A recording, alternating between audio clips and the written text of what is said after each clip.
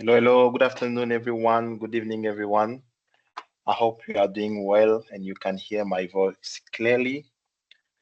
So if you can hear my voice, just drop a message to let me know that you can hear my voice. And while waiting for others to join us, you can also let us know where you are connecting from. We'll be happy to welcome you. Awesome.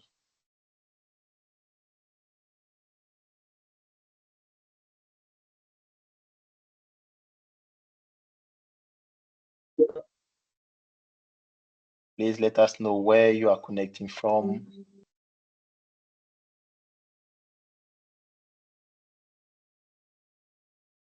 Great. Hello from Kenya, from Liberia. Hello from Zimbabwe, from Nigeria. Yeah, we have someone from Mauritius all the way.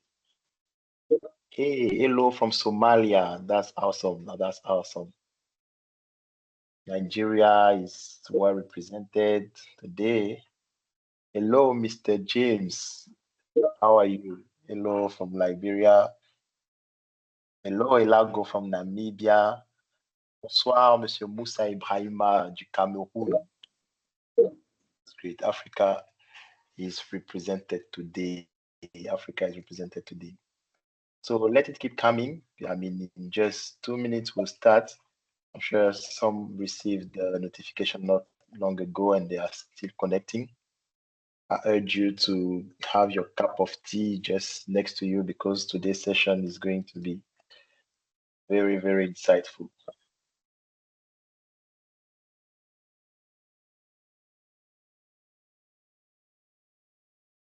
All right, let's keep coming. We can see we have a lot of people from Zambia today. Hello from Lagos, Nigeria. Yeah, we have someone from Komor. That's awesome. That's great. So if you're also here connecting and you are planning to write your exam anytime soon, let us know when. When are you also planning to write your exam? Never know. We'll maybe collect all the dates and set up a prayer group to support you in prayers. Yeah, Bondia from Angola. Okay, someone is planning to pass on the 21st of this month. 14 August, mid-August, 14 October. All right, that's awesome. Hey, someone is having his exam this Saturday.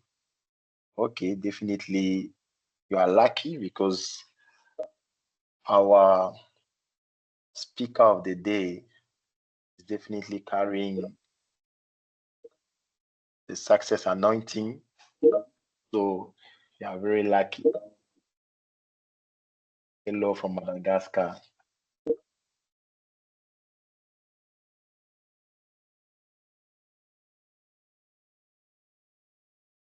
All right, so I guess it's time for us to start. So my name is Mimi Christian, and I'm a chapter partner for PMI, Sub-Saharan Africa region. So I'm here this evening with my colleague Nelson Garissa, who is also a chapter partner for Africa region and also co-hosting the session that we have today.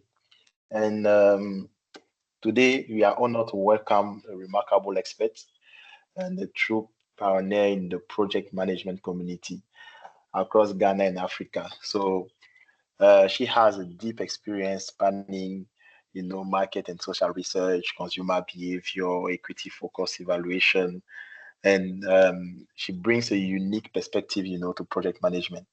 So she also partners with organization and individual to design and implement tailored solution that only meets your project goals, but also reflect core values and long-term impacts. And her portfolio is so impressive because she's into market and insight research, moderation of focus group discussion, ethnographic studies, surveys, fieldwork and data collection, brand health analysis, translation and localization, and of course, project management, leadership, and team building. So help me welcome Jumoke, who is going to take us through a journey today on mastering PMP Essential, empowering teams, negotiating agreements, and managing scope. So, Jumoke, you are welcome. With all my big presentation, I'm sure the participants are sharing the link for more people to connect. Okay, my mic is already okay. Yeah, your mic is open. You also saw your screen not long ago. Yeah, you can see your Okay. screen. The floor is yours, and you can also share your ground rules. We are here to support. Welcome, Jumoke. Hello, good evening. My name is already mentioned Jumoke, Jumoke, and I actually envy everyone on the call today because I wished 2011 PMI organized something like this for those of us writing PMP. And I usually tell my story that I failed PMP at first sitting. So it's okay if you failed at your first sitting. I can guarantee that with the lessons you've learned, you would be passing your PMP if you put in just a bit of work and you align your thoughts to PMI's principles and policies and guidelines when it comes to project management. And I learned a lot from me failing PMP to empower people to pass PMP, as well as not just passing, you demonstrating the knowledge that you acquire in every aspect of your life. If you attended my lesson, you would always hear me talk about application of the principles of project management in parenting and being a child. I'm the last born of my parents, and being a member of the choir in my church. I mean, the skills, the knowledge that you acquire, they are transferable to every aspect of your life. So I welcome you here today, and I hope you have fun, you enjoy yourself. I also hope that you have your notes. It's very, very important that things that you write down yourself goes a long way than us deceiving ourselves that I would remember. There's so much you could remember afterwards. So you are welcome, and I want to congratulate the person writing in September. It's okay to be jittery.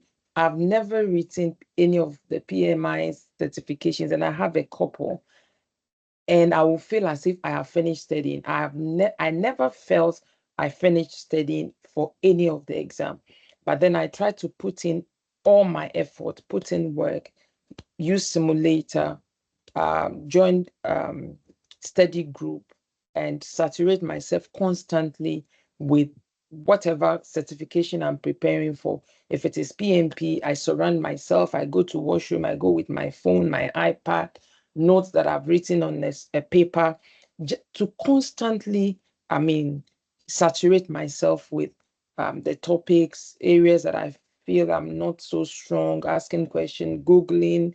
Thank God for ChatGPT now, and all that. So I welcome you.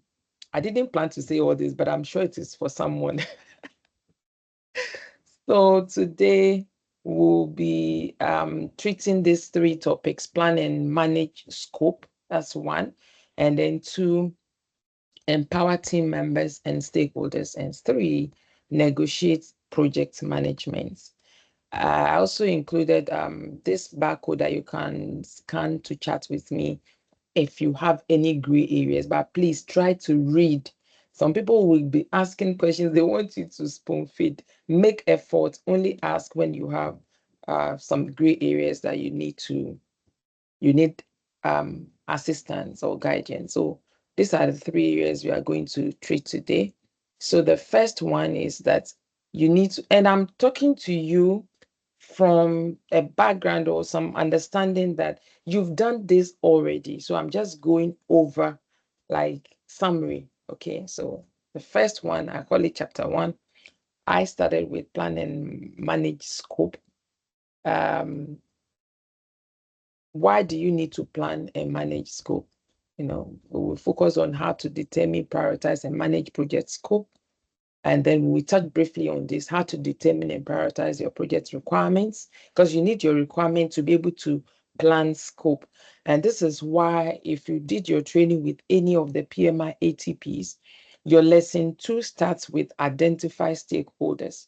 why you need to identify stakeholders is they would help determine or come up with the requirements for your project. And so, and it will also help you in engaging or managing your stakeholders. So the requirements you received or elicited from your stakeholders, you will need to prioritize them. And we'll also talk about how you break down your scope into manageable elements using tools like WBS and backlog.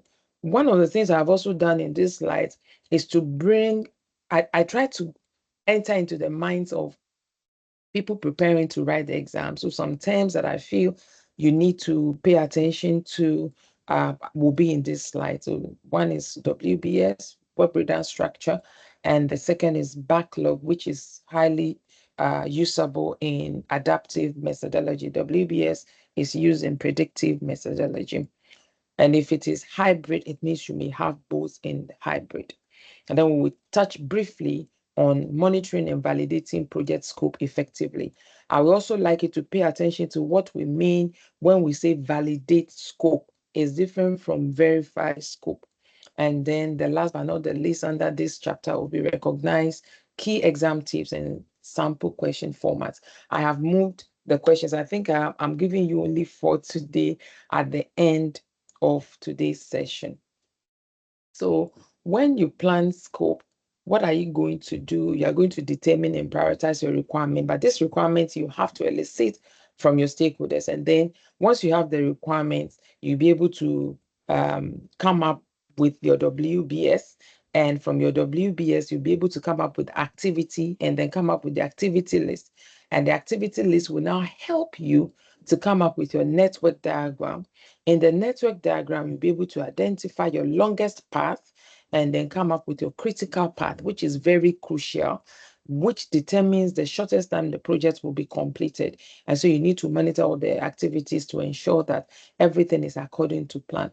And then you will need to monitor and validate scope. So when you determine and prioritize requirements, what are we doing? What are requirements? I want today's session to be a bit interactive. So Mimi and Nelson, please, you would help me. I want the participants to please write what requirements are. Once we get about 5 people, tell me so that I'll continue. What are requirements in your own words?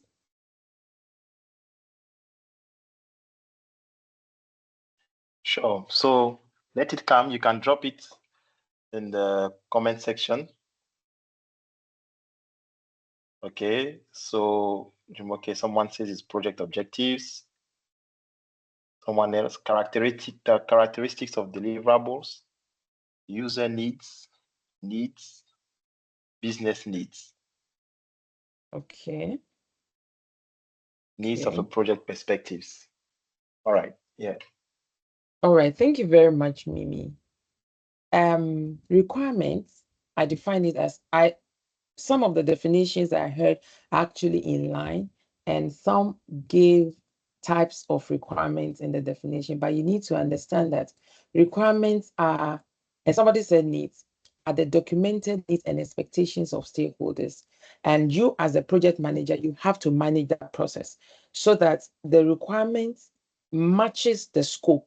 You don't finish eliciting requirements and then your scope is blown out of what you had in your project charter. So they are representation of the needs and expectations of your stakeholders. And you now see why it's important to identify your stakeholders very early, because they are the ones that would list out their requirements for you. They form the foundation of project scope. We usually define scope as what the project is to deliver and what it will not deliver. So the scope and out of scope, you define it so that when after the delivery of the project, no one says, but I thought this would be part of it.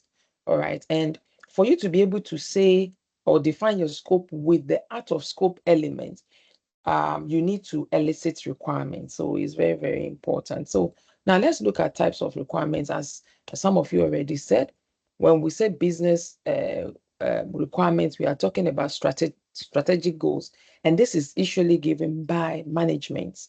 All right, and then we always say stakeholder. That is what you elicit from the stakeholders, but it comes in functional and non-functional forms. When you talk about functional requirements, you're talking about the features of the deliverables or the product or the service. And when we talk about non-functional, we are talking about performance, how that aspect of the deliverable product or service is going to perform, and then transition is how you are going to deliver your deliverables. Okay, so these are just types of requirements which you would get from there will be high level requirements in the project charter. And then when you meet with your identified stakeholders, especially the key ones, you'll be able to elicit more. Now, how would you elicit or collect requirements from your stakeholders? So there are techniques in collecting requirements from your stakeholders, which I know you know, but let's pretend as if you don't know so that we go over them. Interviews and workshops. If there are few, if you have small number of stakeholders, you can interview them or have workshops. Focus groups discussion, it means you will need a moderator, who would facilitate the session.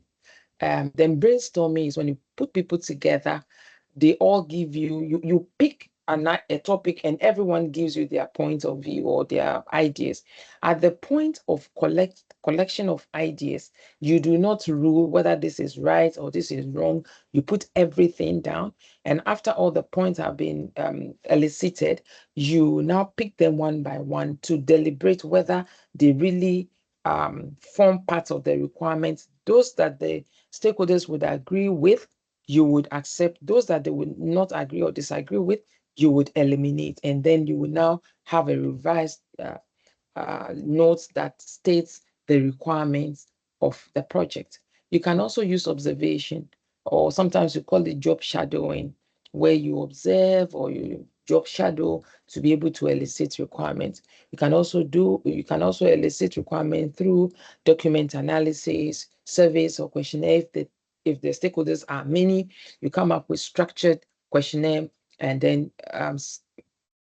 some don't believe in self-administering of the questionnaire, because sometimes people just feel, let me just say yes, no, yes, no, So we as a researcher, we always prefer that we administer the questionnaire, not self administered, but it's not part of your question. So survey, use questionnaire, or prototyping. Prototyping is when you come up with what we call minimum viable products, and the stakeholders or the users can have a feel, and by so doing, they'll be able to come up with, this is what we want, this is not what we want, this is okay, this is not okay. And then benchmarking is when you pick an existing standard that you want to meet, and then you pick the requirements from them. You can, if it is agile, so most of what I have spoken about, they are predictive in nature. For agile, you are going to use user stories. By now, I'm expecting that you know what user stories are. There are three things that user story actually answer to, the description. All right. And then what epics are. Epics are big that you need to break down into user stories, into features, into task by the team, by the development team. And then you can also capture requirements in a product backlog. When the customer and the product owner have conversations that, what do you want to see in this product or in this service or in this value that we want to work on? I want to see A, I want to see B, I want to see X, I want to see T. And the customer lists everything, where the product owner is going to list these things as in the product backlog. And then once they finish all the listing, the product owner works with the customer again to prioritize the product backlog based on the preference of the customer. So that the prioritized product backlog is now given to the development team, where you have the Scrum Master or the team lead and the self-organizing team, and they would pick from the product backlog the number of user stories that they can complete based on their velocity, and the velocity is dependent on the number of story points they can complete. There's a way you can determine the story points for each task, because for Agile, you measure efforts and not time. So you pick each of the tasks and you determine the effort in getting task A done. You can use Fibonacci, story points, assigning it, and all that, and determining the points, and that would influence the number of user stories that the development team can work on. This is just a small tip for you. Choose the technique based on stakeholder type and information clarity. So for instance, you use prototyping if stakeholders struggle to articulate requirements, if they are not sure of what the requirements are. And you see, if you did your training again with ATP, you remember there are 4 subtopics in lesson 2 where you start the project. The first subtopic is identify and manage stakeholders. The second is form the team, where you have the Tuckman stages, the 5 stages: forming, storming, norming, performing, and adjoining.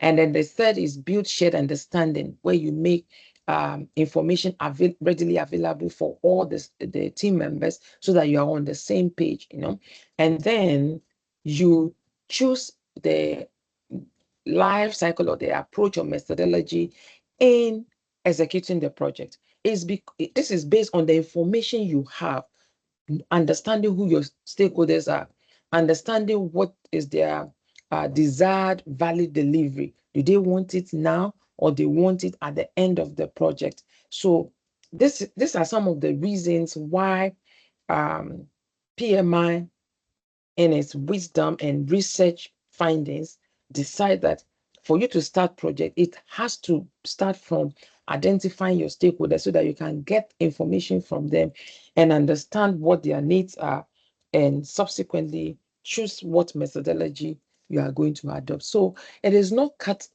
in stone that this is it, this is how it must be. Remember, PMI sees you as a professional, knowledgeable, someone that is ethical, and can manage people. You are going to execute projects, but it's human beings that you are going to use to achieve the result. So it's important. Stakeholders are part of the people or organizations, because stakeholders are made up of organizations, individuals, that would have impact, or the project would have impact on. I know I'm giving too much information, forgive me.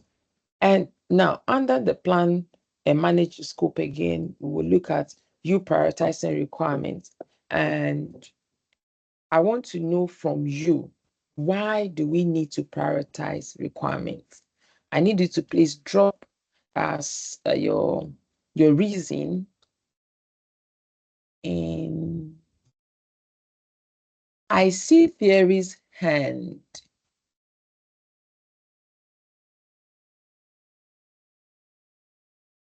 You can just drop it in the comment section so that we can save some time. All right. Okay, that's done. Okay, is that Theory?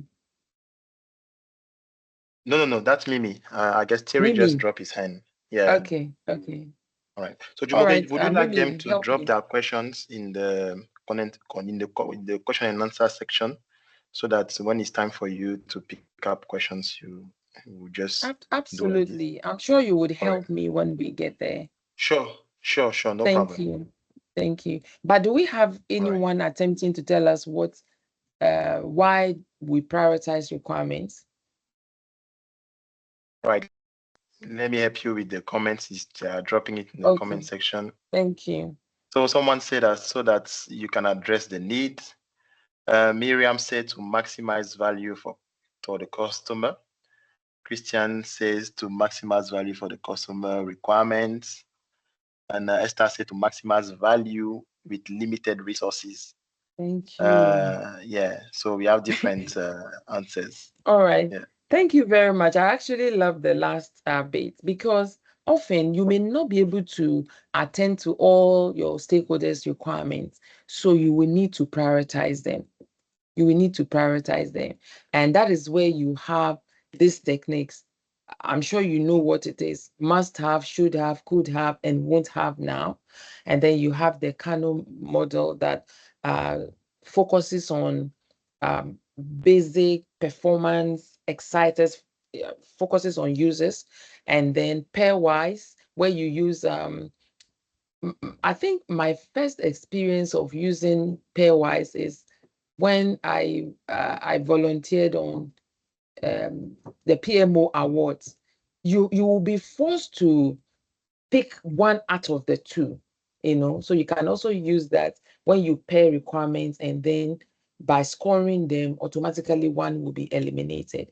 And the 100 point method is you are given 100 points for, say, 5 requirements. If the total requirements are 5, and then you assign points to them based on what you consider, the value you give to each of the requirements. So the requirements with the highest, I'm sorry, there's some work being done in. So the work that you consider being important to you, going to assign greater points to. So that is how you use the 100 points method. And then you have the value scoring, you have the weighted shortest job first, also as a way of prioritizing requirements. So that even if you are going to work in an incremental manner, you would want to deliver the requirement that is of utmost importance or relevance to your stakeholders first. That is the essence of prioritization. So another tip here is in agile scenarios, prioritize value and customer need. It is not about how you feel as the product owner, or the scrum master, or the team lead, or one of the team members. In predictive, so when it comes to requirements, how you prioritize for the different methodology differs. For agile, your focus is on the value and what your customer prioritizes in the product backlog. In predictive, did I say predictive or agile? Agile, what your customer wants is what you prioritize first. In predictive, you use stakeholder input and business case alignment. When you are collecting the requirements, you see, when you are collecting requirements, you also develop the acceptance criteria in the process. So whilst you are collecting requirements, because they are telling you what is important to them. And so that forms the basis for the acceptance criteria. And that will be used to validate the scope at the delivery point. Okay, so be mindful of this when you are reading your question. Breakdown structure, breakdown scope. You break down your scope using the work breakdown structure, which we know to be the cornerstone of traditional project scope management. That is predictive. And what do you do when you break uh, the scope down? You break total scope into manageable components, and you follow the 100% rule, ensure that the entire scope is broken. It is said is a disintegration or decomposition of the project into smaller packages. And the lowest level, I've seen this question multiple times, the lowest level of your WBS, or of your work breakdown structure, sorry, is work package. Work package is the lowest. However, you cannot estimate work package. So you will break the work package just down into what we call activities. And that is where you will get your activity list. But the activity is not the lowest part of WBS. Work package is the lowest level. But you will further break down those work packages into activities. And then you can now estimate time estimate cost, possibly identify risk, and all that. Okay. And what are the tools that you will use? Decompose, just break down the work. If let's say you are building a 3 bedrooms, one of my favorite example, you get land, you clear land. You can say, okay, woodwork, cement work, wiring, uh, plumbing. You break them down as such, and then you can come up with the activities.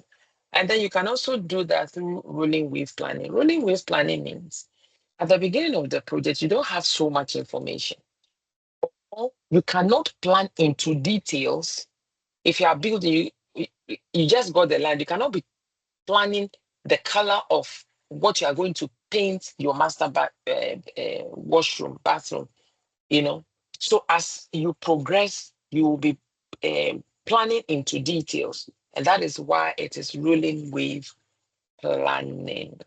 And the tip here is that WBS is a deliverable oriented hierarchy. It's not a list of tasks. Mm? It's not a list of tasks. You can get tasks from when you list your activities. Activities so you will have, let's say, 3, 4 activities to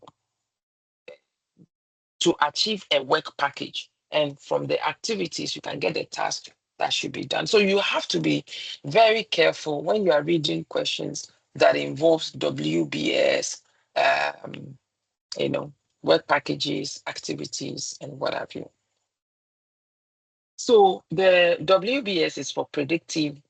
The product backlog is for agile, and the characteristics, they are ordered list of all features, functions, and fixes that you will be rendering on your project. Who is responsible for the product backlog is the product owner. The product owner is also called the voice of the customer, and he or she is also known as the owner of value, is responsible for value delivery. I sincerely hope you are making notes of some of the things that I'm saying. So each item that you have in the product backlog could be user story. If it is user story, the team can pick the user story and break down into tasks. And that is when they come up with the work to get what they have picked from the product backlog done. If it is epic, they would have to break the epic down into user stories and further break down into tasks and then come up with the work to get it done. And that is where you have iteration or sprint backlog. Iteration backlog or sprint backlog, if you're using Scrum, is made up of the work that they are going to carry out in an iteration or in a sprint. While product backlog contains user story or epic or task as the value the customer wants the development team to work on. If you read a question and there is no prefix to the uh, um, backlog, then it's the product backlog. If there is a prefix, it will tell you whether it's iteration backlog and all that. And so we also have the composition in agile. You have epics, which you later break down into features. And then, so it means epics is the largest of these 4 words that we see here. You break epics into features, you break features into user stories, who will tell you who and what is the essence of what you are going to create. And then you break it further into tasks. And this is what the development team would now put into their iteration backlog and then work on. And the tip I have for you here under product backlog is if the question involves a high change environment, look for backlog related answers. If you read the question, and Mimi and Nelson, I hope this tip is in line, right? I'm not going out of order.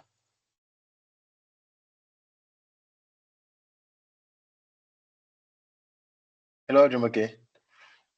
Saying that, I hope that I'm in order. The tips, and when I say when you read question and do the, I hope it's allowed. Yeah, it is. You can go on. Okay, okay, all right. So if you read the question and there is anything somewhere in the question that refers to high change environment, you know that adaptive is change driven. Predictive is plan based. So if you read the question and it's talking about change, especially high or it's high level of risk, then you'll be looking for uh, backlog related answers. I've also hinted that, I mean, last week that sometimes when you read the questions, you may not understand the questions at all. If they gave you the whole day, you don't understand, you've not come across the topic, or the scenario painted is so vague, go to the options that you are given, remembering that PMI is a principled institute, given to ethics, very ethical, given to collaboration, given to win-win situation, and look for options that is also giving value to the customer. All right, that is also focused on relationship. Any of the options that speak to what I have just mentioned is likely going to be the answer, instead of you leaving a question blank because you don't know it. All right.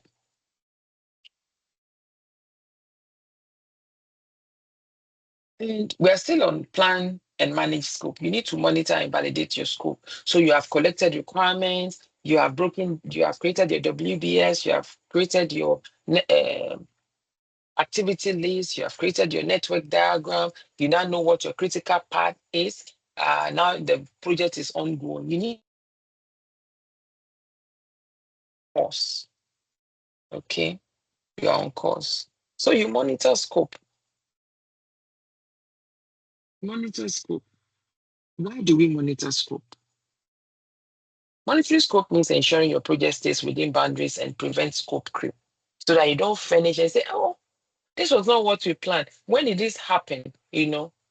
Monitoring it would help um, prevent scope creep. There are tools and techniques that you use for that, for monitoring scope. These are some of them. Scope baseline. When you plan scope, after you collect your requirement and you plan scope, what you have there is scope baseline. And that is what you'll be measuring performance against, right? Variance analysis is, okay, we said the project is going to be for 6 months. We are going to spend $60,000. And by the way we've spaced our work is $10,000 at the end of each month. So this is the third month. Ideally, we should have spent $30,000. So how much have we spent? We have spent X. So you subtract the X from $30 to find variance. Anytime you see variance, is the difference. You are finding difference. Okay. Then performance reviews. You need to have metrics in place for you to be able to review performance. Otherwise, I can tell you I'm doing well on cost. If we do not have metrics in for time, for value to be delivered or work to be completed. And that is where earned value management becomes handy. I'm also assuming that you know what earned value management is, where you calculate the cost variance, cost performance index, schedule variance, schedule performance index to complete, budget to complete, budget at completion, and all those. And then one of the ways to also monitor your scope is through change control process. Remember, if you read any question that has that is predictive, it doesn't mean you cannot entertain change. It only means that the change would have to go through change control process. So during planning, you would have put in place change control board, where when change is initiated, you, the project manager, would facilitate its analysis, the implication on cost, on time, on risk, on resources, and quality, and all that. And then you present it to the change control board. They would validate that, okay, let's you said accepting this change would increase the budget from 60,000 to 80,000. Don't worry, we will give you the additional 20,000. All right. You said it would it has a tendency of attracting this risk, and you've analyzed the risk, and this is the potential response, and this is the cost of the response should the risk become an issue. Okay, no problem. We will increase the contingency reserve, and we will also increase the management reserve for us. That is the one that you will use to manage risk that was not identified. So the change control board is the body that would take that decision. However, whether the change was accepted or not, you have to log it in the change log and indicate the status, approved or not approved, with reasons. It helps future similar projects. Okay. And the tip I have for you here is that choose answers that protect the baseline unless change requests are approved. So if you read the question and they say the stakeholders made a change, but there is nothing that indicates that the request has been accepted, choose options that is still speaking to the baseline. Okay, because once the change is accepted, you will have baseline 2, version 2. So the initial baseline will be version 1. That's where you use version control. So the new baseline becomes version 2, or however you want to distinguish it. You need to distinguish so that we know the current baseline. Okay.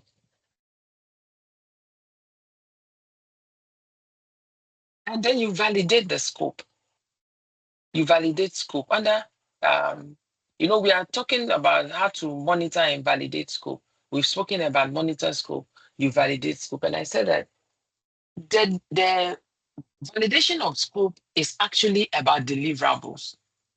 When your client accepts deliverable, it means they validated the scope, because the scope developed the deliverable. So when you accept the deliverable, then it means the scope has been validated. For predictive, this is where communication based on the communication management plan is essential, because in the communication management plan, you would have indicated, from the stakeholders' feedback, the frequency of updates, what they want to see in the updates. So as you give the updates and they continue to affirm that you are on course, you are on track, they are likely going to validate the scope. Okay. What you should be mindful of is that validate scope happens at the end phase of project or iteration. We can also liken validate scope to what is it? Definition of done. Definition of done, because definition of done would be agreed on at the onset of the iteration. And the point at which the development team will say, this iteration is completed, apart from looking at the bend down chart or the bend up chart, it is when they have achieved definition of done. Validate scope is formalized through sign off or documented approval. Don't go with verbal, oh yeah, that's what we ask you to do. So validate scope would have to be formalized through or documented the approval, because when you validate, you are giving approval or you are accepting the deliverable. So it has to be formalized, okay? And it is based on scope statements and acceptance criteria. And the tools that you can use is inspections, reviews, user testing. It's like when someone is cooking and you want to know whether the food is done, and you take soup bowl and you dish some. But don't be like someone that will dish multiple times, and by the time the food is ready, half is tested and the person is satisfied. But by testing, you'll be able to tell that the food is ready, and that is what acceptance criteria is to validating scope. And that's what the user testing is all about. And what the tip here is, only validate uncompleted deliverables. So you cannot say you are validating a deliverable that is incomplete. The point here is validation is done at the completion of a deliverable, at the end of a phase or project or iteration. Don't confuse validation of deliverables with quality control. Quality control is internal within the team, the development team or the project team. So you would have had quality criteria that you are looking at. So it's within your team. But validating deliverables is done by the stakeholders. The stakeholders that will say, yes, this is what I ask you to do. Okay.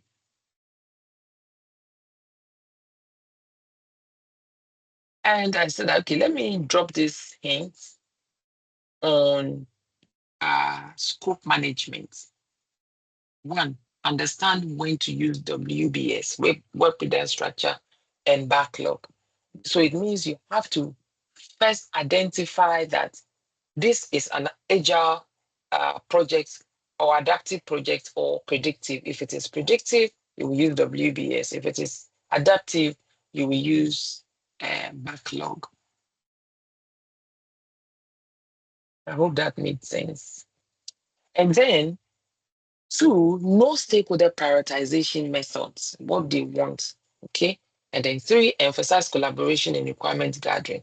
When you are gathering requirements, you have to collaborate with your stakeholders or ensure that the stakeholders themselves collaborate together. Prevent scope creep via change control so that every change that is effected on the scope passes through the change control board. And then once it is accepted, the scope is revised. Okay. And then validate scope equals customer acceptance. Then the sixth but not the least, in Agile, requirements evolve. So backlog is living. So let's say at the onset of the project, the customer says, I want this, I want that. We had 16 items in the product backlog. At the end of an iteration, okay, let me also make this point. Completion of an iteration does not mean you have a shippable product. SHIP, SHIPPABLE. That's like something that you are delivering to the customer's usage. However, iteration after iteration is value increments. So let's say at the end of iteration one, the value is V1. At the end of iteration two, it will be V2. It will be a cumulative value to the first value. Okay. And so in a release, you can have 3, 4, 5, multiple or n iterations. Okay. And that will be in your story mapping, or release mapping or product mapping, how the product would evolve. Sometimes we feel when we say adaptive, the customer has no idea whatsoever what he or she wants. It's just there, it's like a leaf. It's blown here, they know, okay, no, that's not what this is what I want. No, the customer has some idea of what he or she wants. And I use guardrails as as an analogy that if you live in a compound house and you have a fence and you say, kids, go and play everywhere. That is literally not true. They cannot play everywhere. They can only play everywhere within the fence. So that is what planning does for adaptive. It provides guardrails for the development team. So they are still guided by what they do. All right. So at the end of the first iteration, the value for the customer may change. And so he or she may come up with additional inputs in the product backlog, or even the existing items in the product backlog will be reprioritized. Maybe they will move the one in the 15th position to the 7th position based on the value change. Okay. So backlog is not stagnant. It's a living document, okay, that lives through the value proposition of the customer, and the product owner is responsible. He does not have a say that no, a customer says I want X at 1 on the product backlog list, and the product owner says no, I don't think so. No, you may provide some education to the customer to make the customer review his or her decision, but the final decision will be made by the customer. Okay, so we are done with the first chapter, which is plan and manage scope. Now, you leading team, I think this is in lesson 4. But now you should know the lessons and have them in your mind, how they are arranged, because sometimes they can lead you to how to answer the questions correctly. Now, I said earlier that you are a project manager. You've been assigned a project to deliver, but you would use people, you work through people to deliver the project. So it's essential that you know how to lead your team. You need to know how to lead your team. And for you to lead anyone, you must know them to be able to lead them. So the goal or the objective of this chapter is to help you sharpen your understanding of how to lead project teams effectively by empowering members, supporting accountability, and engaging in meaningful negotiations. Sometimes when you want to hold people accountable, they feel you want to pick on them. But accountability starts even from you, the project manager. You need to hold yourself accountable before you can hold anyone accountable. So it's important to also know it will help you manage your expectations of your team members and your stakeholders. So the subtopics that we'll be looking at in this chapter is 1, empower team members and stakeholders.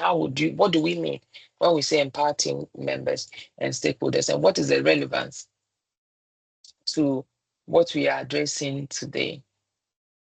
Okay, and then organize around team strengths. If you are to organize around your team strength, it means you've identified their strengths. So that's where SWOT analysis can be helpful. Support team task accountability. It's one of the reasons why we are promoting information radiator is it helps in accountability. People it's open to every team member and stakeholders what we are doing, where we are, and when you have your daily stand-up meeting, it also helps because you are going to say what you did yesterday, what you are going to do today. If you encounter challenges, you state it at the daily stand-up meeting, and then if anyone is able to help, they would help to resolve the challenge. So it's one of the ways to be accountable to your team members. Okay, and then determine and bestow levels of decision-making authority. Your team charter, yes, would help here. Sometimes people are given roles without responsibilities. So they are not empowered to take any action. They don't know what to do. And sometimes in that situation, people just start assuming it's my role, it's not my role. So what the team charter does is that you identify or you come up with the roles that will help you achieve the scope of the project, and then also come up with responsibilities against each of the roles. And now the roles are now assigned to your team members. So if I am team member A and I'm assigned role A, I can tell what my responsibilities are in the team charter. The team charter also helps to establish ground rules. That is where you would have, let's say, how meetings will be organized. For every meeting, there must be agenda, and there must be minutes taken. The meeting must be time boxed. It is in the team charter that you would have that. Okay. If these are what we must all adhere to. If anyone default, this is the punishment in inverted comma. I wish you had seen me with my inverted comma. So when anyone defaults, you stick to the ground rules because The ground rules will not be made only by you, it will be made collectively. So there is a buy-in, you know. So you have project charter, you have team charter. So let's pick this subtopic one after the other. What is the concept of empowerment? It refers to giving your team and stakeholders the authority and confidence to make decisions, solve problems, and drive outcomes. Making decisions is not in isolation, but if you have a role and you have your responsibilities assigned to you, you will know what to do at what time, and then you will keep the team members informed. It is not about stepping back completely. This is to the project manager. Not that, because sometimes I have seen that people use I delegated. Then when you ask them for, so let's say A is my boss and he has given me tasks, and I have also delegated it to Mimi, and then I go to sleep. And then A asks June, okay, what is the status of so? And that's when I'm now running, chasing Mimi. Hey, Mimi, that is not responsible delegation. So you don't step back and go and sleep altogether. In fact, while delegating to Mimi, the time Mimi should give feedback should be part of the delegation process. And then, so when he gives feedback, I would also be able to give feedback to my boss. So don't step back completely. It's about setting up people to act with clarity and autonomy. And the team charter is helpful here because you will know your role and you also know your corresponding responsibilities. And these are some of the benefits when you empower your team members. The morale is high and there is trust. If you work in a team where there is no trust, it messes the entire team. But when people trust, the team members trust each other, they are able to um, create this psychosocial environment where they know that they can be themselves. If I need help, I can ask, and nobody will laugh at me, something like that. Empowering your team members also enables faster decision. So it's not and it is only one person that can take decision, and the person is not at work, and the person's phone is not going through, and no. But when you have roles and responsibilities and you empower your team to a point, each team member will be able to make decision, and then the work can go on. It gives greater ownership of work outcomes. It's something like they are doing it. I don't even know what we are doing, because everyone has a role and we all have our responsibilities. And then when we meet, even if it is predictive, or we meet during a status project meeting, we all have something to say. And then we can tell how the project is progressing. Right.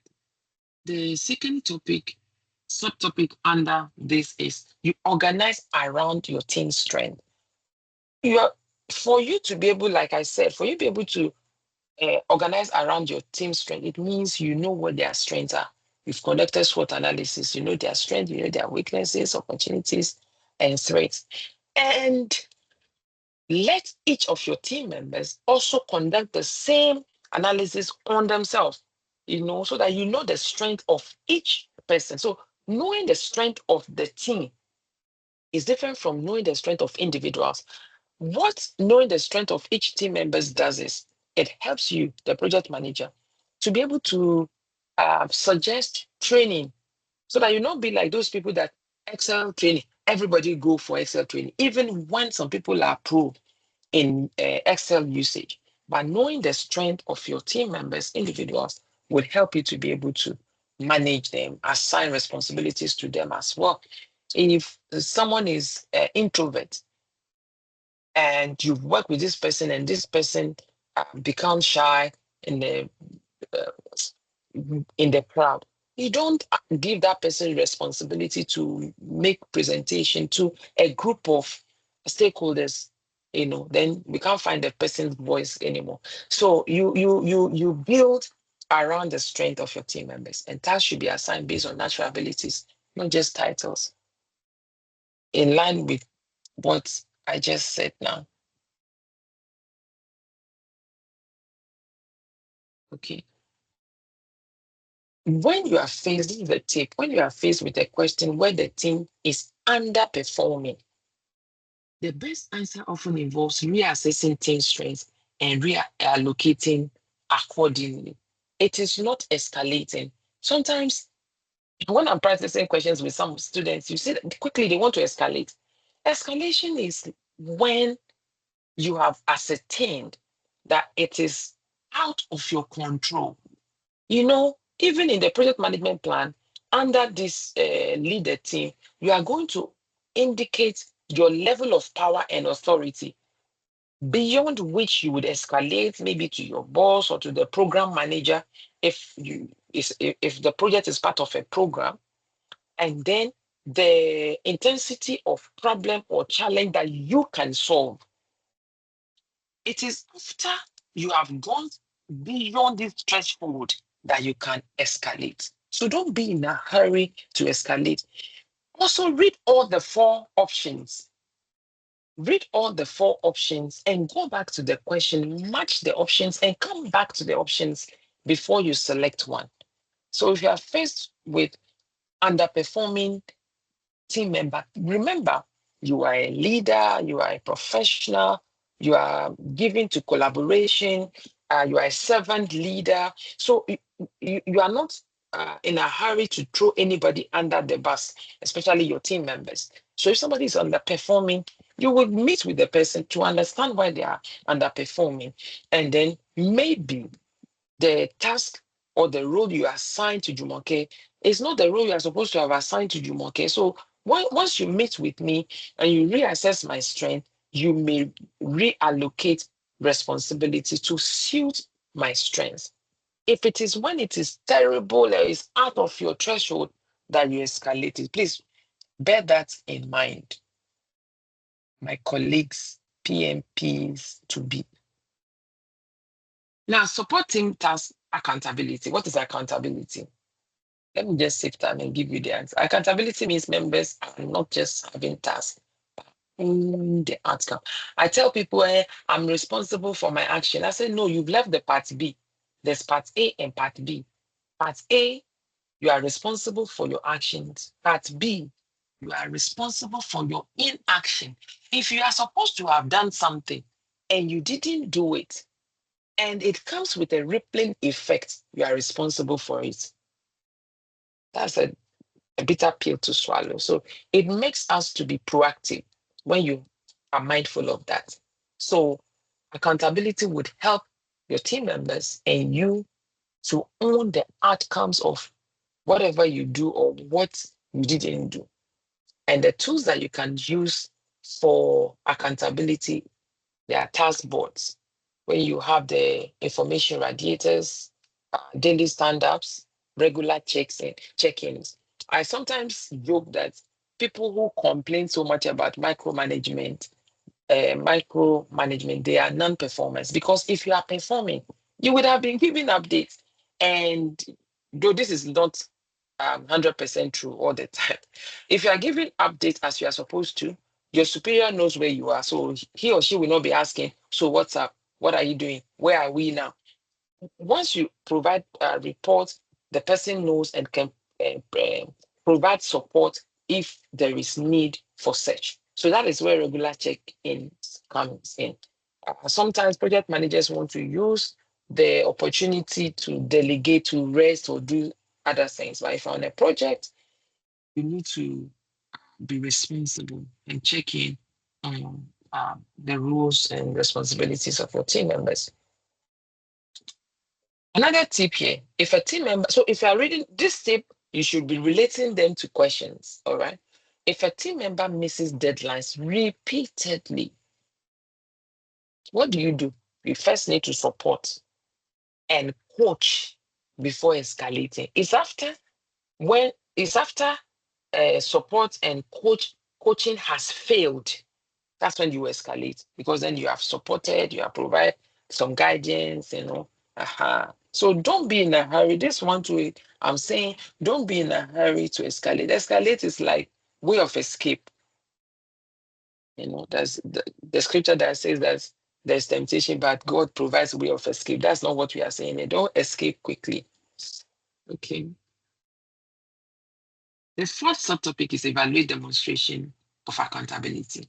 Once you set your accountability in place, evaluate how it will be demonstrated. Evaluate how it will be demonstrated. And you can do that through performance metrics. I said that for you to be able to measure your performance, you must have metrics. That is measurable um, metrics.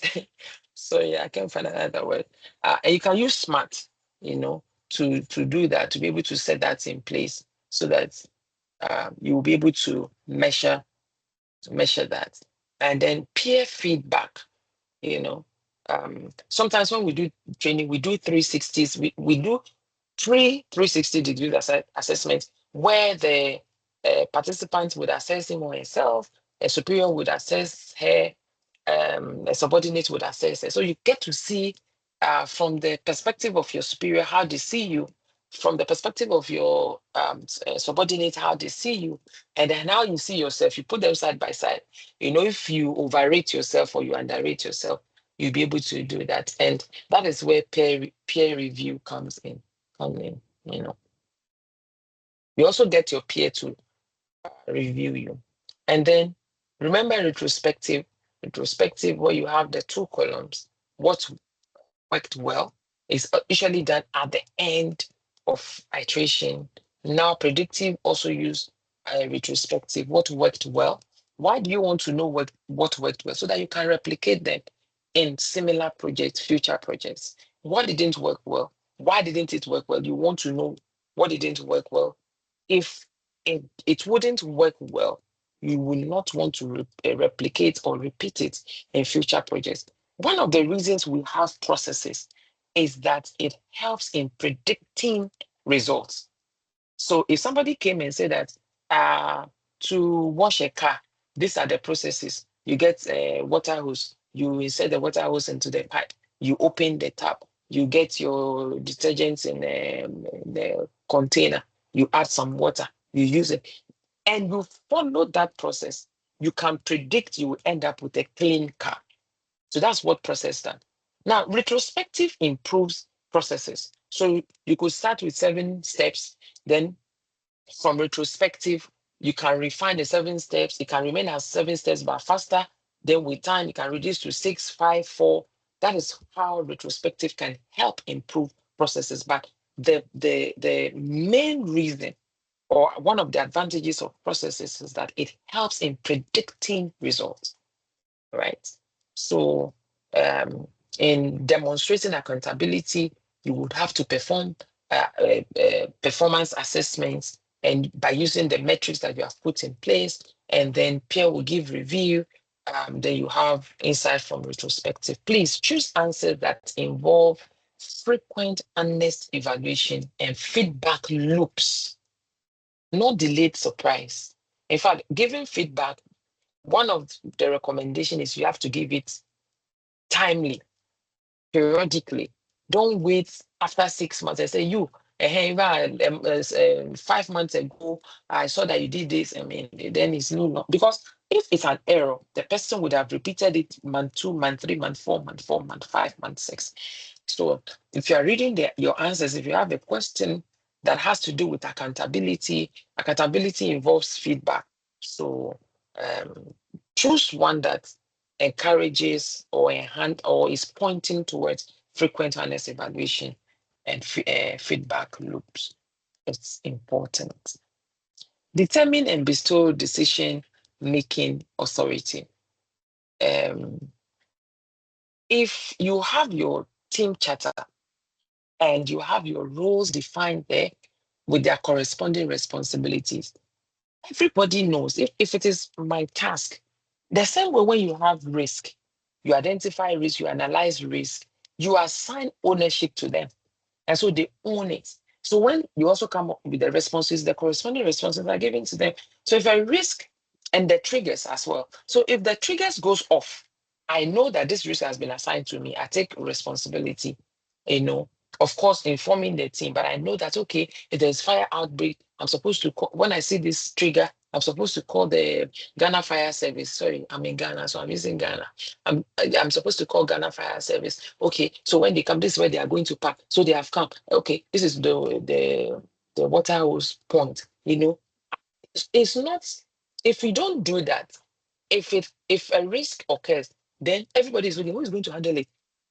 Nobody owns it. So when you empower your team, they know exactly what they are going to do at what time, you know, and it fastens the job for everyone. Okay, so the team charter helps here. It helps here. Empowerment includes determining who can decide what, and the tools you use are team charter. I've explained team charter multiple times. I'm sure by now you wouldn't forget what team charter is. Then you have the delegation matrix, where what you have delegated to who you have an oversight of it. And then you have the RACI, some people say it's RACI chart, where R stands for responsible, accountable, consult, inform. Responsible is the person that would act uh, if take out, oh, English is failing me today. Who will carry out the task? So if we have a project of sweeping 6 halls, and Mimi is assigned as the person that is accountable for that task. Mimi now appoints Jumoke as the person responsible to do the sweeping. So Jumoke becomes the one that does the actual sweeping. But if we want to find out, have we swept all the 6 rooms? They will be calling Mimi. Mimi, what's the update on the 6? Oh, we've swept 3 out of 6 because Jumoke that is responsible for the task has given Mimi that is responsible and have an oversight of the project updates. And so Mimi can give the report on the project and then consult. These are probably experts that you are consulting. You inform them of the progress. They are not playing direct role. So intermittent updates or information is what you give these people that you assign as informed. If you are reading question, please look for choices that reflect clear delegation and appropriate decision boundaries. In fact, PMI proposes that if you have organizational charts, you can replicate it in your project. So if you have cadres that report to, don't change it because you have a project setting. It's okay. Supervisors, manager should not report to supervisor because it's a project, So it could lead to conflict. So, and as much as you have assigned roles and responsibilities to people, to your team members, they must also know their boundaries. All right. Otherwise, I went for a training, and the essence why the organization called me for the training was that one of the employees made decision on behalf of the entire organization, and it has led to a huge financial implication, and that employee resigned. So it was imperative to educate the other employees not to repeat what the employee who resigned did, why it's important to know the point of escalation and your boundaries and all that. So you must spell it out also in the team charter where you have your roles and responsibilities. And so we've treated 2 out of the 3 topics we have today. This is the last topic. Negotiate project agreement. Negotiate project agreement. Hey, when you say negotiate project agreement, you must have something that you are negotiating. As for negotiation, that is why it is part of the soft skills, which we call power skills. Power skills, because it has to do with how you handle your team members, because you will your stakeholders, because your stakeholders are also part of your team members are part of your stakeholders. So your ability to be able to negotiate, and also bear in mind, PMI encourages win-win situation. So when you are negotiating, you are not negotiating at the loss of your partner, the person you are negotiating with. All right. So why do we negotiate project agreements? We do that to ensure clarity, alignment, and commitment among all stakeholders on the project's objectives, scope, roles, responsibilities, timeliness or schedule, resources, and constraints. This is why we negotiate. That is it.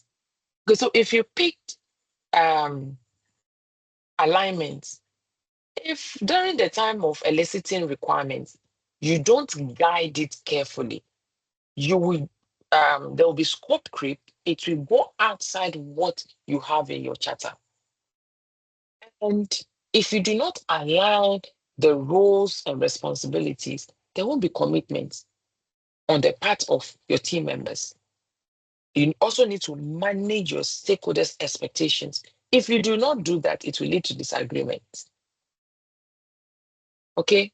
So under negotiate project agreement, we'll be looking at one, analyze the bounds of the negotiations for agreements, or the boundaries, assess priorities and determine ultimate objectives of the project, verify objectives of the project agreement is met. You need to verify that, okay, the agreements we came up with, it has been met or otherwise. And then participate in agreement negotiations. You cannot, we have some people, they don't want to offend. So they will just leave it hanging. You can't do that. You have to participate and ensure that agreement is negotiated and you come to an agreement. The last but not the least is that you determine a negotiation strategy. You have to have a strategy.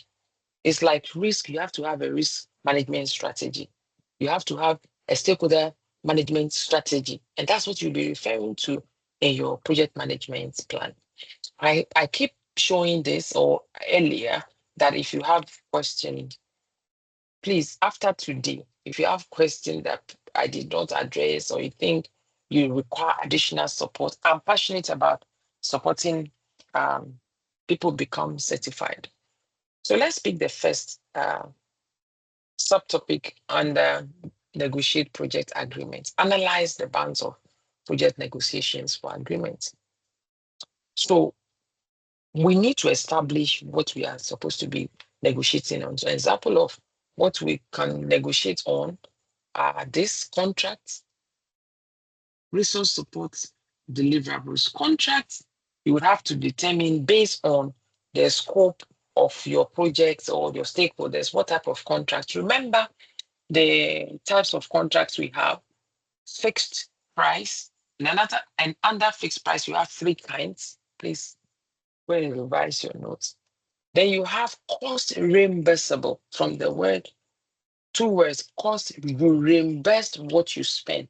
There are also three kinds of cost reimbursable contracts. And then you have time and material contracts. You will need to negotiate. When you have contracts, you are probably taking the make or buy decision, and you have said, okay, we can't make because we don't have the time, or we don't have the expertise, or we don't have the resources. We have to buy. The buy to, are we employing someone with the required skill? You will do that. That is buying.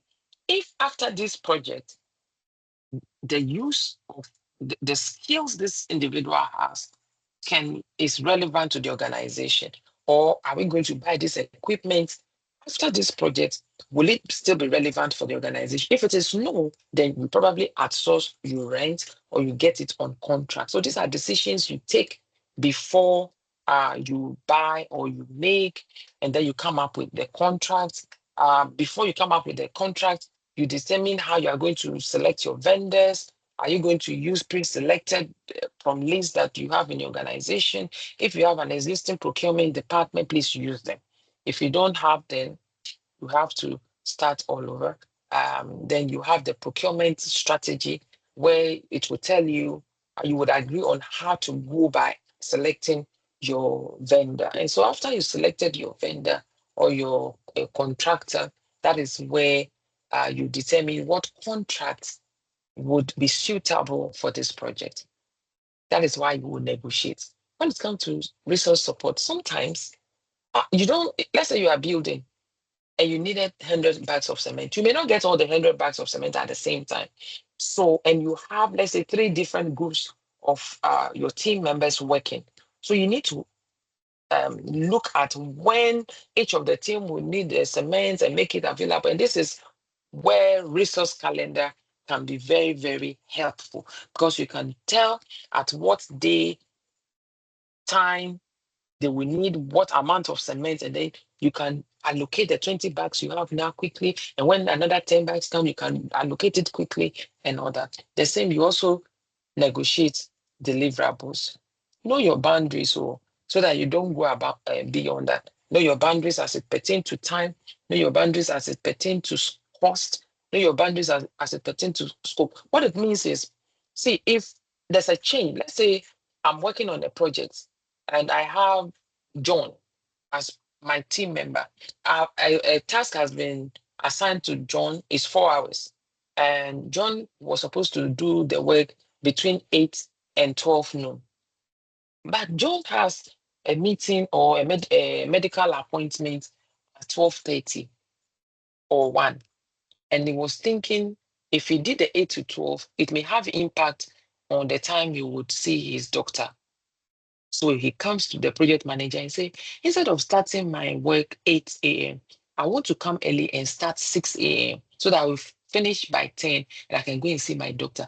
If the task is not time sensitive, there's no need to pass this kind of change request to the change control board. The project manager can take the decision and have it done. It is if it will have impact on time. So I know that, okay, if it will have impact of 1 to 2 days, it's within my control, it's within my boundary. But if it will have 1 or 2 weeks impact, then I have to escalate it to my program manager. That is what this is telling us. So knowing your boundaries as a project manager with your team will help you know when to escalate or how to negotiate. And the tools that you will use for this negotiation and knowing your bound is knowing your contract types. If it is fixed, it is fixed. If it is cost reimbursable with fixed, with incentive, then you know. You know how far you can go, okay, within the contract types. And then the procurement policies. What are the policies you have for procurement in Ghana? Every government um, uh, procurement of above I think 100,000 Ghana cedi must go through a committee. So if you have such on your project, you cannot just take decision and say, okay, 110, I will do it. Doesn't matter. It's only 10,000. No, you have to follow the policies. And then the stakeholder register will help you to know the key stakeholders, what they want in the report, what format, what frequency, what mode. Is it by email? Is it by telephone call? Is it by WhatsApp chat? And then you adhere. Okay. See, don't enter negotiation without analyzing context. Don't just think it is one size fits all. Pick options that emphasize preparation. If you are answering any question on negotiation, look for option that depicts some level of preparation. Okay. And then 2, assess priorities and determine objectives. Effective negotiation requires clarity on what matters most. What's the ultimate goal? Because that is what will determine what your priorities are. All right. And so you can use this prioritization we spoke about earlier, tools, Moscow, Pano, Batna. Batna means best alternative to a negotiated agreement. It's actually not a prioritize. It's actually not a prior. Jesus Christ, prioritization to per se, but it is critical for negotiation. It helps in decision making that can influence prioritization because if you are looking at best alternative to a negotiated agreement, then it would help in trade-offs. So please pay attention to it. The exam tip here is questions may present you with competing demands. Always go back to what the project must deliver. So if you pick Masco like this, if you had a requirement that say must have, should have, could have, wouldn't have now, it means you must do that of the must first before you do the should. If you are designing a car, you must have a steering wheel. Maybe that's not true. What is this Elon Musk vehicle? Does it have a steering wheel? I think it does. Or please, can someone tell me the hello, Mimi, Mimi or Nelson? Yeah, I'm here. The Elon Musk vehicle. What's the name of the Tesla? car? Tesla. Does it have steering wheel? It does have a steering wheel, yes. Okay, so it means we've not gotten to a point where you just press buttons. But so if you are designing a car, a steering wheel is a must-have, and then airbag is also a must-have to protect in accidents. So those will be among the must-have. After you've completed must-have is when you do should have, could have, won't have, you will not, maybe in phase 2 of the project. So if you're answering question, try to determine what the project agreed, prioritized to deliver. Okay. When you are reading question, let me give you one of my tips.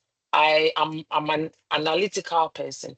So if the questions are highly worded, I mark them. I mark and go. When you are writing PMP, you can mark and not answer the question immediately. So I mark the highly worded questions and attempt maybe the 2 lines, the 3 lines max. Then I come back. When I'm done, I come back to review. There's a review button where all the ones you marked would come up. Then you start picking them. Then I answer the ones with, let's say, 5 lines. If you have storyline like 7, 8, I leave them marked. And then I finish with, let's say, the 5 lines. Then I come back to the 7 and the 8 and the story like questions. So it helps in managing my time because I get to do the ones that are not heavily worded and then move on. So this is a personal thing that I do that I think may help you too when you are answering your questions. I'm sure you will do well, Cram. Then verify agreement objectives are met. Whatever you agreed on, you need to verify that they are met. Negotiation doesn't end with signatures. Don't say, okay, we've agreed that this is what we are going to do, then you sign. That's it. We are done. No, you need to ensure that you check to ensure that you have achieved the agreement, ensure transparency, and protect relationships when it comes to negotiation. Don't approach negotiation like you want to cheat someone. Like I said, when you are reading the options in the exam, look for the win-win options. Look for the one that depict that you are showing respect to the stakeholders or your team members, because those are some of the principles of PMI. Choose answers that check fulfillment of agreement over assumptions. You know that assumption log at the beginning of the project can actually pose as risk, because at the beginning of the project, you don't have so much information. That is why as the project progresses, you are supposed to be assessing or analyzing your assumptions log. So if you give a course, for instance, you need to indicate why you are saying it is $3 per yard. And as you progress in the project, you need to verify that assumption. Is it still valid or not? Okay. So when it comes to you verifying agreement, you should check and ensure that it has been fulfilled, it has been achieved, and not you assuming, at this point, I'm sure they have done it. No, you have to ascertain that it has been done. And then um, participate in agreement negotiation. As a project manager, you are often the face of negotiation. So your style matters. You need to know your leadership, default leadership style. So, and you cannot have one leadership style approach from beginning of the project till the end, or for every project, it is one style.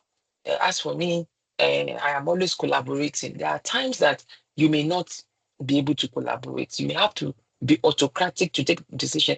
For instance, if there is fire, and you need to take decision. This is not the time you'll say, please gather everybody. What's your position? Okay, let's vote. Should we use the fire extinguisher? No, you take decision immediately. That's an example of um, leadership style that you need to. So if you are not that type that takes decision on your own, you need to um, work on yourself to know, to groom yourself, okay, to be able to do that. But GMI's approach is a collaborative, adaptive leadership style. Okay, so when you are negotiating, we went through this last week: collaborating, compromising, competing, avoiding, accommodating. In your PMP exam, know that the exam leans toward collaborative and interest-based strategies. So it's not like, yes, I've said it, that is it. Whether you like it or not, you can. Nigerians will say, hug a transformer.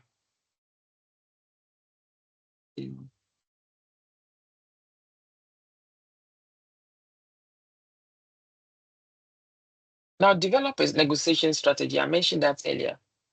Having a negotiation strategy will be helpful because you will not be taking knee-jerk solution or ideas. They are thought through steps that you have in place, and then you follow it. The questions you should be asking yourself when you are formulating your strategy, your negotiation strategy is, what do I want? What do I want involves you and your team, and not you only the project manager. What do they want? Your stakeholders, your customer. What am I willing to give? What is my partner? What am I willing to trade off? And what is the long-term relationship worth?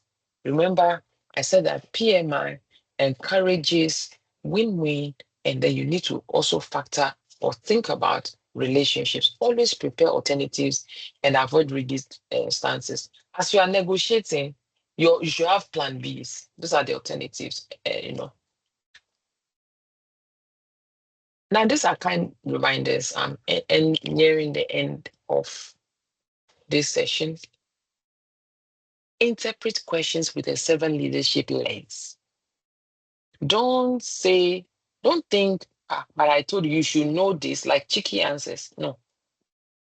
Interpret the questions and answer as a servant leader. A servant leader serves the team. The servant leader exhibits the leadership style that he wants to see in his team. If you want your team members to be on time, you will be on time yourself. Okay, so interpret questions and answer questions um, from servant leadership lens. Empowerment and collaboration win over control. All the options that you will look at, don't pick any option that, like, if you are a Nigerian, I'm sure you have heard of Abacha. Like I say, that is it, that's fine. Now you're looking at collaboration, empowering your team members to also be able to take decision. So when you are taking decision or you are taking options, these are like what I said earlier, that look at a win-win situation. You are an ethical person, so you don't pick any option that is unethical. Um, Pick option that shows you are a servant leader, you are serving your team, that you are collaborating.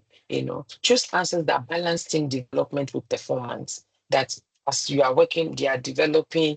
You are providing training, and not so much about performance. If it's also about performance and somebody is underperforming, you are looking at how you will support that person, provide training, groom the person, coach the person.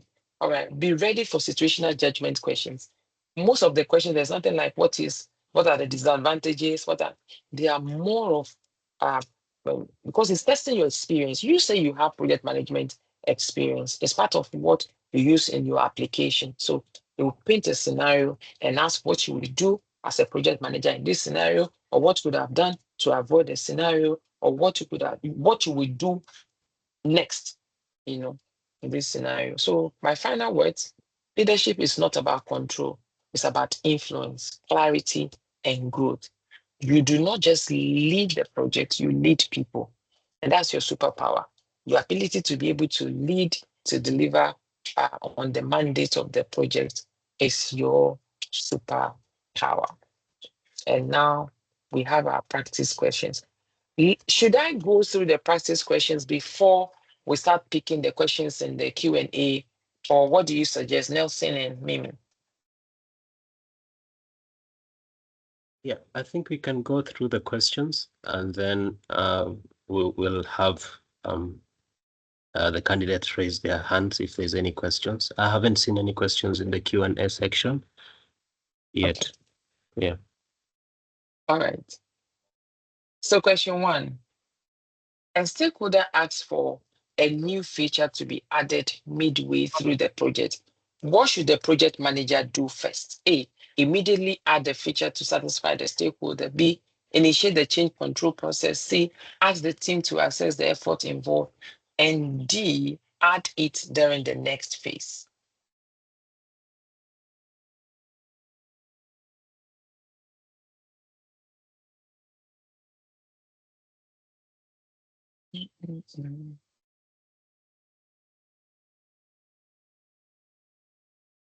So I'm seeing B's and C's.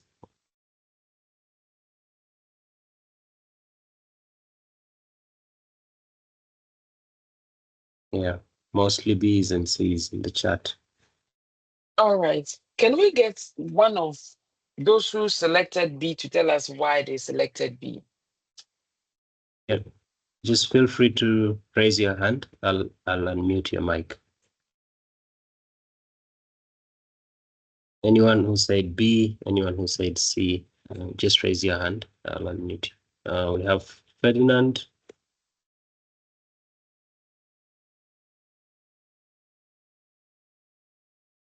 Yes, Hi, good Ferdinand. evening, everyone. Good evening from my end. Good evening. So I'm choosing C because before you initiate any change, you need to go through it with your team to consider the constraints that will be involved in that change before you can initiate the change control with the change control board. So that's what I'm going to say. Thank you. Okay. Let me keep my comment until I hear that of B. All right. Let's see. Thierry.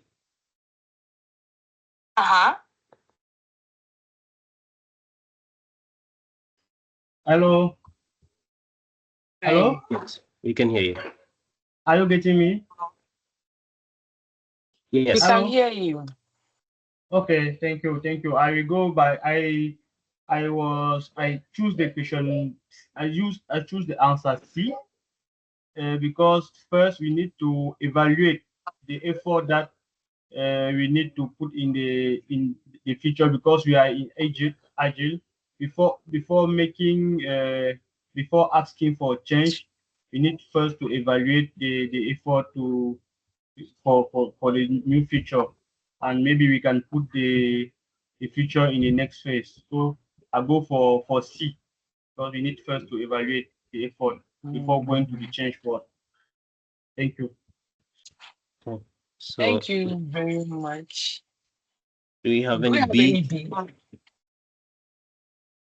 Let's see if you Olufunke. Good evening, sir. Good Good evening, Good Mama. evening. Good evening, everyone. So the question says, what should the project manager do first. From question B, my answer is C. The reason why I'm choosing Your C answer is is C. yes, because for any feature to be added to an existing project, there needs to be an evaluation. What impact will it have on the project? So that needs to be checked. So he has the team to assess the impact. What is the cost influence? What is the time impact does it going to have on the project? So after that, we can then initiate the change control process. So I think it's since the question says costs, so it has to it has to be a combined effort of the team to assess the impact of the new decision before a initiation of a change control process can be put in place. Thank you, Ma. Okay. Thank you very much. I am Jumoke, happy to. Okay. sorry, Jumoke, I was just gonna say that it looks like the guys that have said C are coming to defend their answers. If anyone is raising their hand, Unfortunately, C is wrong. Now let's read the question again. A stakeholder asks for a new feature to be added midway through the project. This is a predictive project because you cannot add new feature midway adaptive. If the customer comes up with any request, it will be added to the product backlog. Okay. And when we look at the option, there is something about product backlog here. So it is predictive. What should the project manager do first? The change control is a process. It starts with you first logging the change into the change log and then assess the change request. But you are saying ask the team to assess the effort involved. You are not only assessing the effort involved, you are looking at the change, you are assessing if it is accepted. What will the impact be on time, on cost, on risk, on resources, on quality, on scope?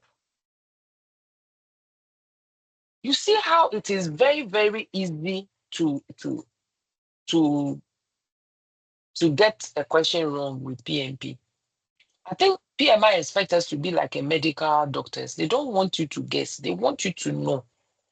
So the first option says immediately add the feature to satisfy the stakeholder. You cannot do that because this can lead to a scope creep, and then it may lead to cost overrun, time overrun, expose the project to risk that you have not analyzed. So A is not what you as a professional project manager would do.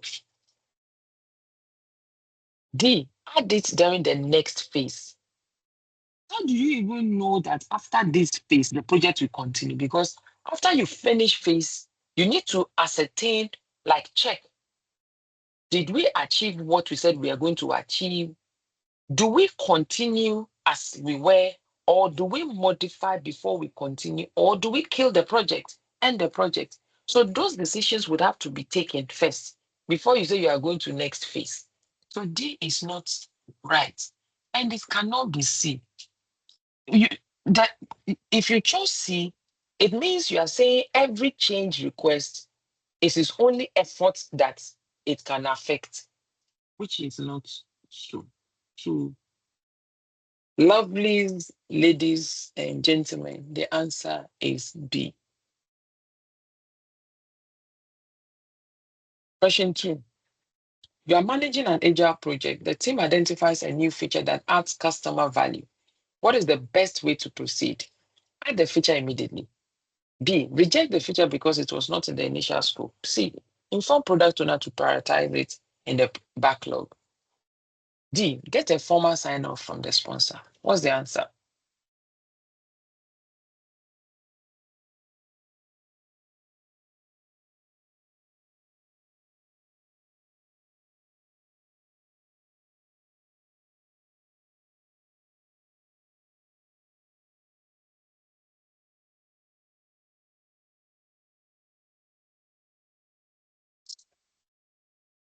Have confidence that you will all get this right.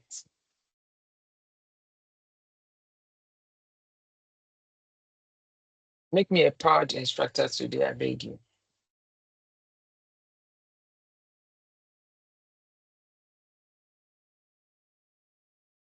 Sadly, Jumoke, you have 3 answers on the chat. And what? Oh, my people, answer. It's better you answer and you get it wrong than not answering. Yeah. Because you will never forget. So majority are B's and C's. Actually, we have all the answers. We have all the answers in the chat. We have A, B, C, and D in the chat now.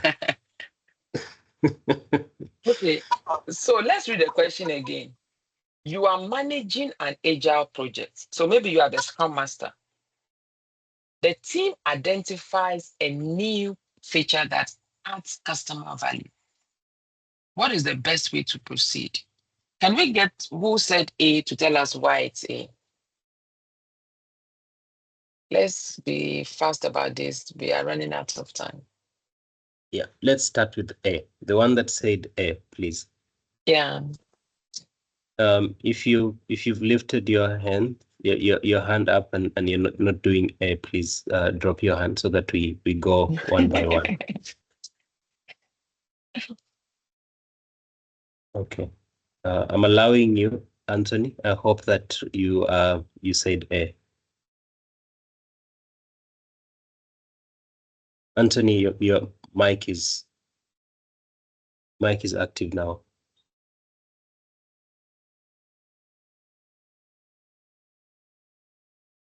Anthony, if you can hear me.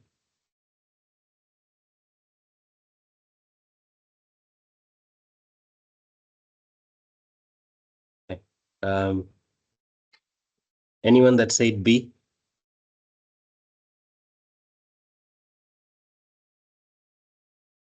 Okay, Christian. You lifted your hand up first. Christian.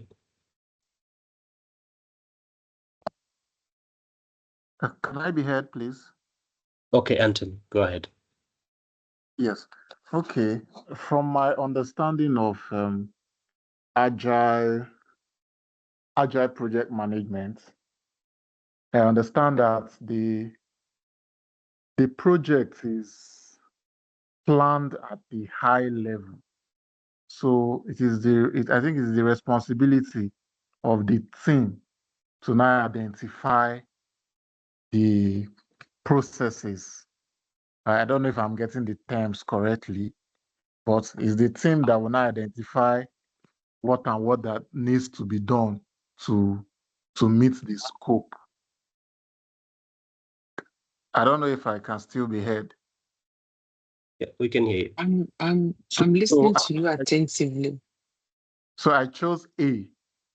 I chose A because I don't think any of the other options is correct, and you don't need to bother the sponsor, since the sole aim of agile project management is to add value, increase customer satisfaction. So if you see anything that adds value to that high scope that the customer has already given you, then you just add it immediately. Okay, that's A. Okay, let's hear B. B. Christian, you can unmute if you're not able to. Okay. I'll unmute someone else. We have Olusegun.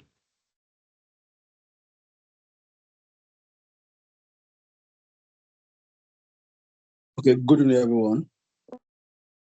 So I choose B because adding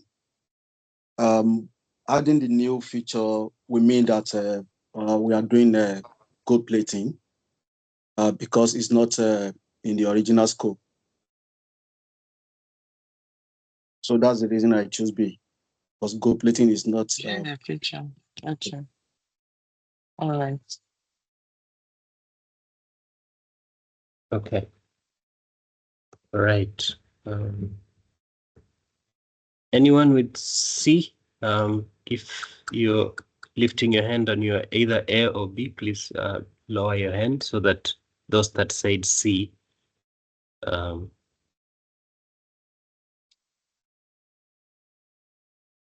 just like to hear from those that said C. And I'm going to unmute James because you were here before. James, go ahead. You said C, hopefully. Yes, Nelson, thank you. And thanks to Jumuket for such an insightful session. I chose C together with others because I believe it is an agile project. The question was very clear. You're managing an agile project. That's the first sketch. And agile project usually adds value and it encourages change. So C will be the best answer because one, agile encourages change, and then agile is a mentor that continue to deliver value, as the project progresses. Thank you, Nelson. All right. Thanks, James. All right. D. Anyone that said D?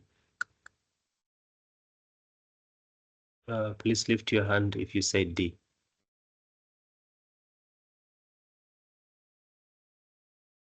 If you are C, I'm going to unmute you, Caesar. I'm hoping that your answer is D.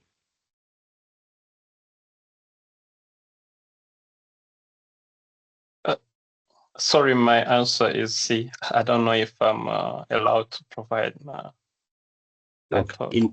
In 30 seconds, if you can. Okay, can I provide the explanation for the C? Yes, go ahead in just a couple of seconds because we are running out of time as well.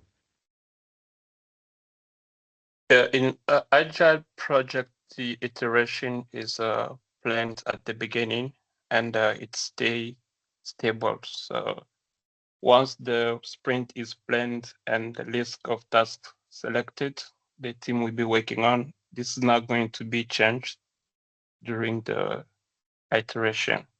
Then the task must go into the backlog, and the backlog is owned by the product owner.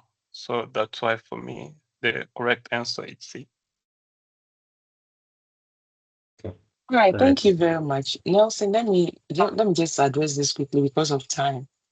So let's look at the question again. We are managing an agile project. We know. I said in the course of the session that the product owner is responsible for the backlog. The product owner is also called the voice of the customer. The product owner is also responsible for value creation of the project. So as your team, self-organizing, cross-functional team members were working, they identifies a new feature that adds customer value. Of course, the team is delivering the value that the product owner is in charge of. And we have said the product owner is responsible for product backlog. All the 4 options, it's only C that has anything about backlog. And it also indicate that the product owner to prioritize it. Because I said a few times, the customer will come up with whatever they want, and then the product owner works with the customer to prioritize it. So prioritization of the product backlog is done by the product owner. Add a feature immediately.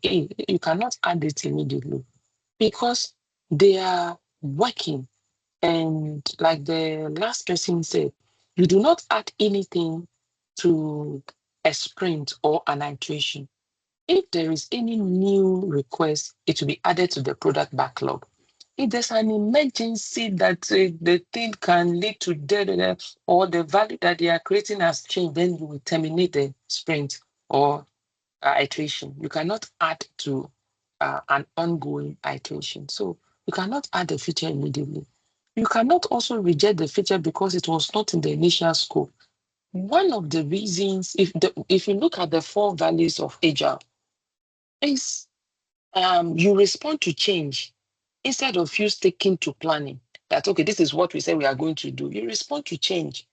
And it's not your business that the customer has changed his or her mind, because the customer will pay for the service anyways. So it's not B and it's not D. Get a formal sign off from the sponsor. You, the Scrum team, you have nothing to do with sponsor. Your business is with the product owner. The product owner is liaising between you and the customer. This customer can be the sponsor, you know. So C is the answer. Question 3. A project team member is consistently missing deadlines.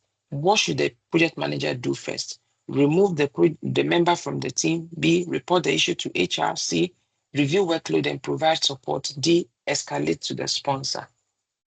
Let's do this fast.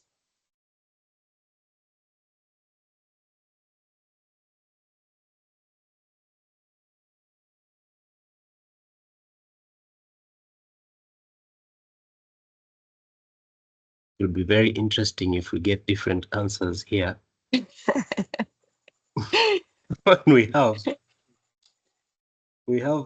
a different answer just after We do. We do, yeah. We have A.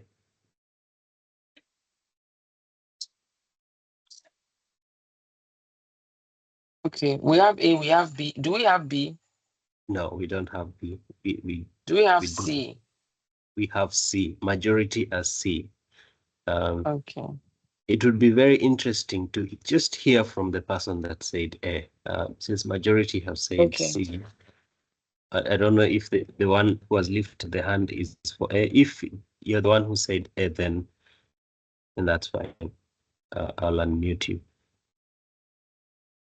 If it's C, we'll just, yeah, looks like it's C. Maybe Jumoke, just go ahead and provide the answer, and then we proceed to the next one. Okay, so remove the member from the team. I remembered I mentioned that when your team member is not working well, you know, is falling behind, what you do is to provide support and coaching. So you don't crucify the person, you know, for consistently missing deadline. You don't report to the HR too. Without you reviewing the workload, assessing the person's skills, and then providing support. That is what you should do first. And you don't escalating to the sponsor is not the first thing to do. So C is the right answer. So let me clap for those who got it.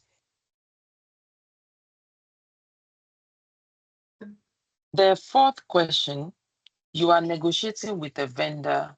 They offer a discount for a longer delivery schedule, but your project cannot delay. What's the best approach? A, accept the discount. B, walk away from negotiation.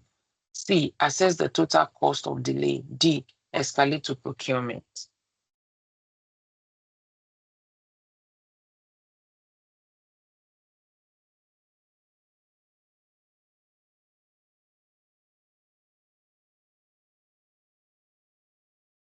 We're getting C's and D's.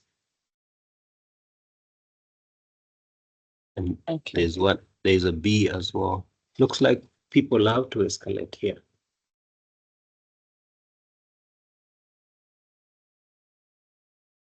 I'm interested to know the person, to hear from the person who chose B, walk away from negotiation. Okay. If you say B, please raise your hand. If you say B.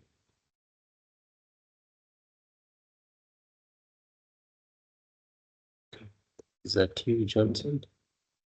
I'm going to unmute you, Johnson.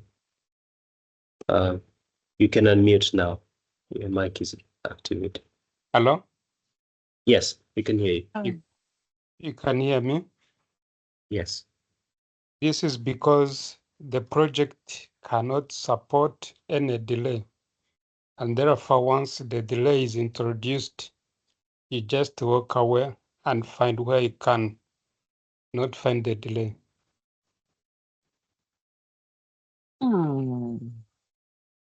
They offer a discount for a longer delivery schedule, but your project cannot delay. Okay, let's get one person who chose C.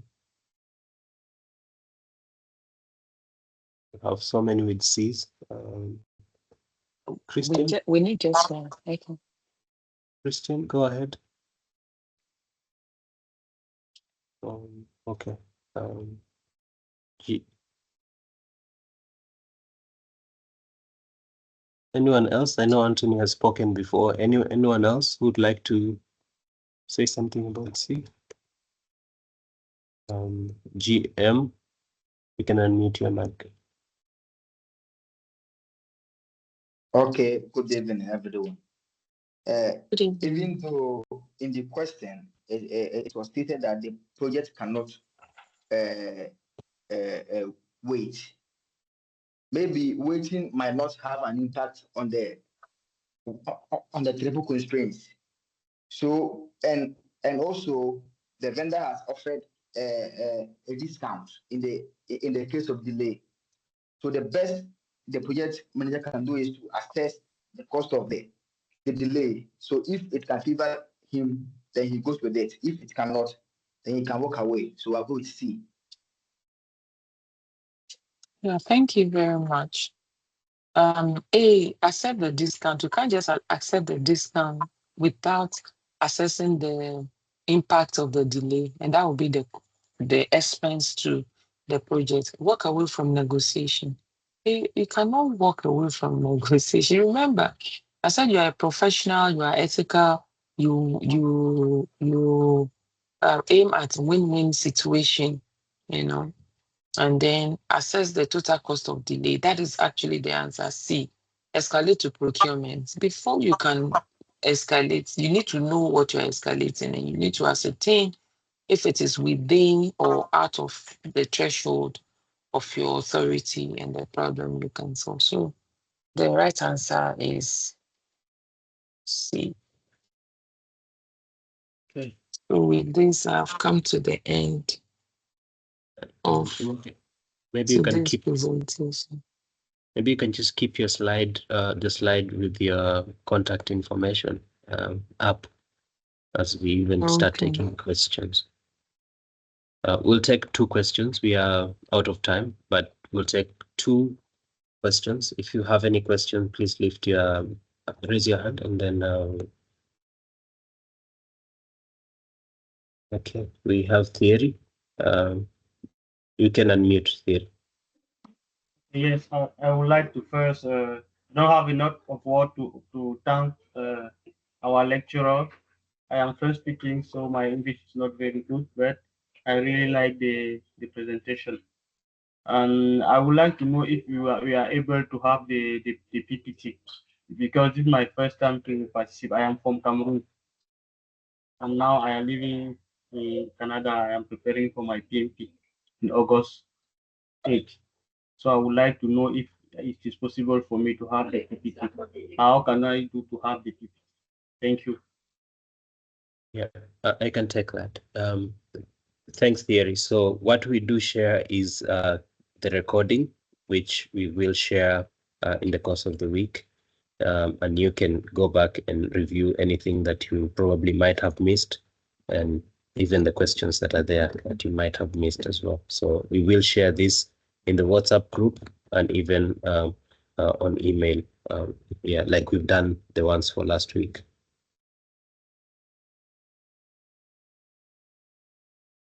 Thank you very much. You're welcome. Last question.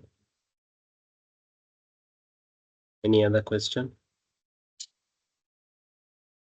Right. Just want to be very mindful of the time here.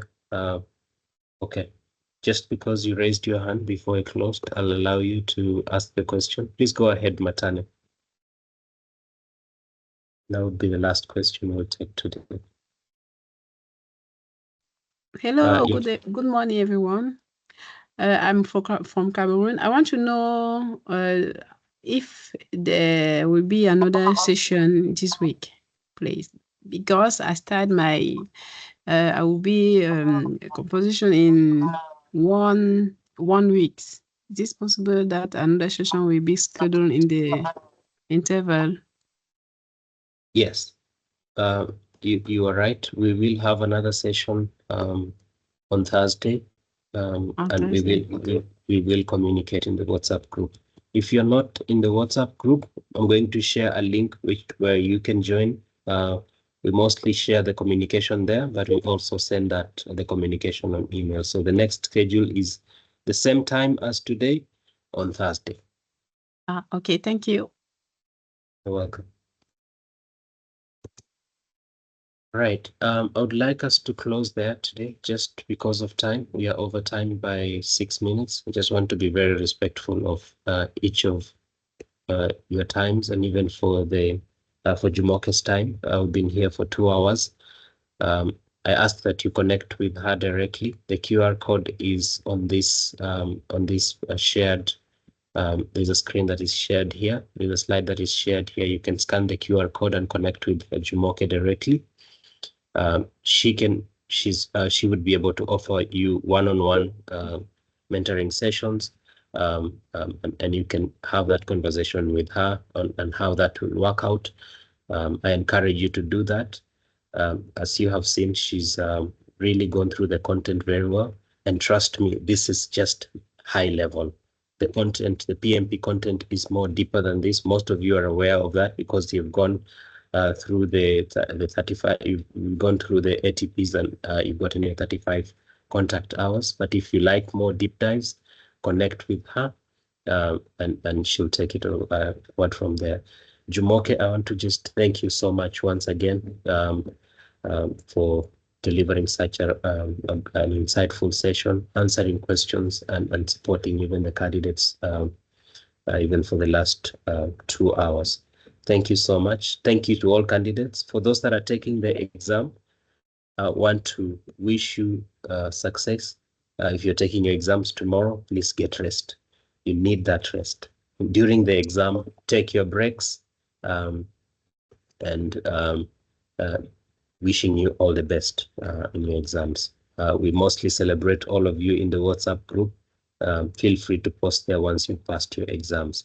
So thank you, and have a good evening, good afternoon, wherever you are.